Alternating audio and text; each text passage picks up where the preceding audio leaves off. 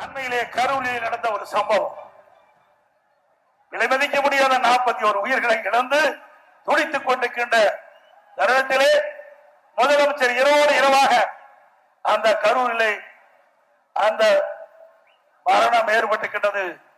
அந்த செய்தி கேட்டவுடன் மக்கள், தமிழ்நாடு மக்கள் மற்ற இந்தியா இருக்கின்ற அத்தனை மக்களும் அதிர்ந்து போயிருக்கின்ற அந்த சூழலில் முதலமைச்சர் கரூர் சென்றீர்கள், பாதிக்கப்பட்டவருக்கு ஆறுதல் சொன்னீர்கள். ஆக அங்க இறந்தவர்களுக்கு அஞ்சலி செலுத்தி அது எந்த தவறும் இல்லை. ஆனால் உங்களுடைய ஆட்சியிலே, உங்களுடைய திராவிட முன்னேற்ற கழக ஆட்சியிலே கள்ளக்குறிச்சியிலே கள்ள சாராயம் பருகி 68 பேர் உயிர்ந்தார்கள். அப்பொழுது ஏன் அந்த மக்களை சந்திக்கவில்லை? அத்தனை பேரும் பெரும்பாலானோர் பட்டியலின மக்கள், ஏழை மக்கள்.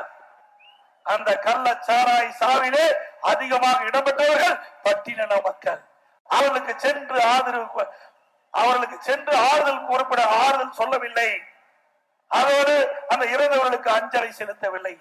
இப்பொழுது ஏன் ஓடோடி போய் கரூருக்கு சென்று அஞ்சலி செலுத்தினார் என்று சொன்னால், அடுத்த ஆண்டு நடைபெறுகின்ற சட்டமன்ற பொதுத் தேர்தலில் மக்களிடத்திலே ஒரு இறக்கப்பட வேண்டும், அரசியல் ஆதாயம் தேட வேண்டும். அதற்காக ஓடோடி கரூருக்கு சென்றீர்கள்.